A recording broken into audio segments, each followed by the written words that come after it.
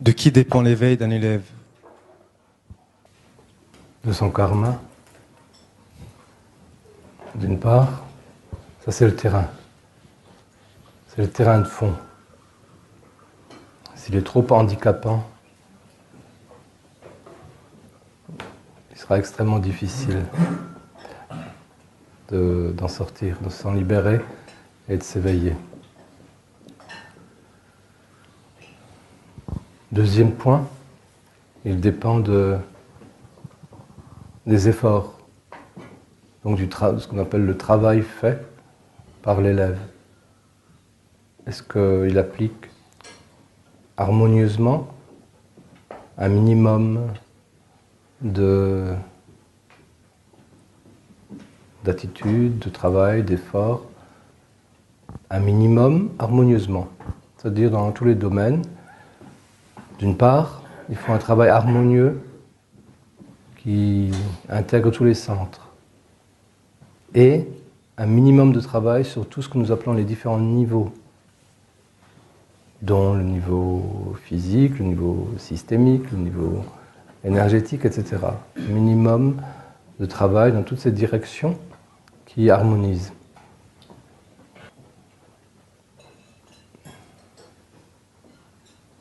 Ça, c'est le deuxième élément. Un minimum dans tout ça, dans tout ce qu'on peut faire de son propre mouvement. Et le troisième élément, c'est la présence d'un maître vivant qui, à un moment donné, peut voir que malgré le karma, qui est un handicap certain, puisque le karma, lui, il veut que les choses se passent au cours de nombreuses vies,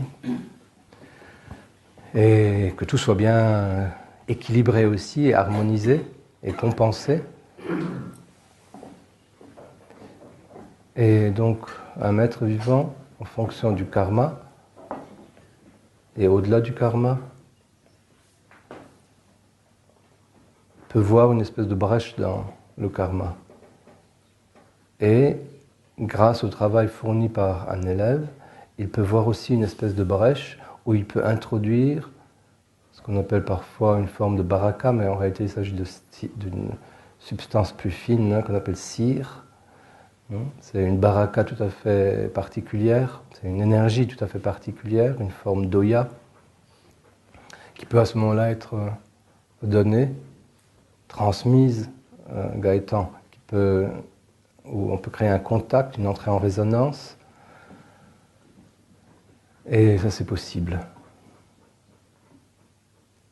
Donc il faut ces trois ingrédients, avec l'un qui peut ruser les deux autres, à condition que le karma soit pas trop lourd et que un travail harmonisant suffisant soit fait quand même par un élève.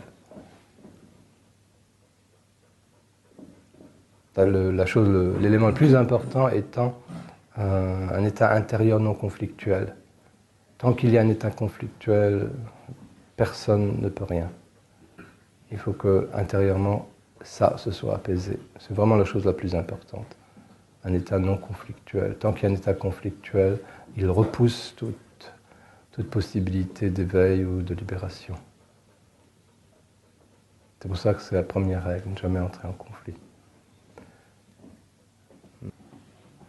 Et si on me permet simplement d'être face à quelqu'un qui s'est libéré de l'état conflictuel, pour beaucoup d'hommes et de femmes ici, c'est la possibilité de la réalisation de l'éveil et de la libération, sans aucun doute. Il faut juste la libération de l'état conflictuel. C'est pour ça que beaucoup des techniques que j'enseigne, je ne les enseigne pas par hasard, je les enseigne parce qu'elles sont des techniques de libération de l'état conflictuel, de résolution des états conflictuels. Ma contingence m'oblige à donner un enseignement qui va toujours dans ce sens-là.